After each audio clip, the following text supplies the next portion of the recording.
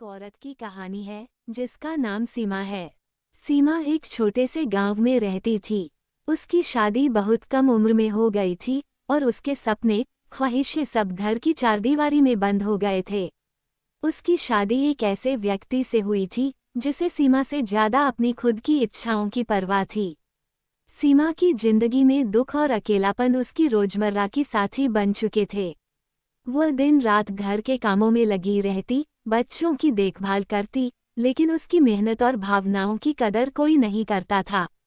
पति का रूखा व्यवहार और ससुराल वालों की अनदेखी ने उसे अंदर से तोड़ दिया था। सीमा के पास न तो अपनी बात कहने का अधिकार था और न ही कोई सहारा।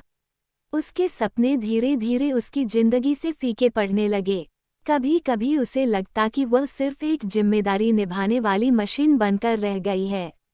वह रात को अकेले बैठकर अपने पुराने सपनों और इच्छाओं को याद करती, लेकिन उसे समझ नहीं आता कि उन सपनों को फिर से जीने का कोई रास्ता है या नहीं।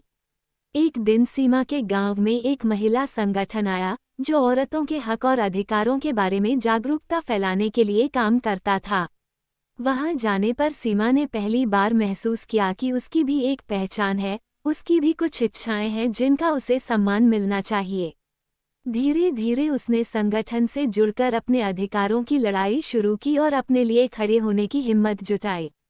सीमा की यह कहानी उन लाखों महिलाओं की कहानी है जो अपने जीवन में दुखों के बावजूद अपनी पहचान और अधिकारों के लिए लड़ाई लड़ती हैं।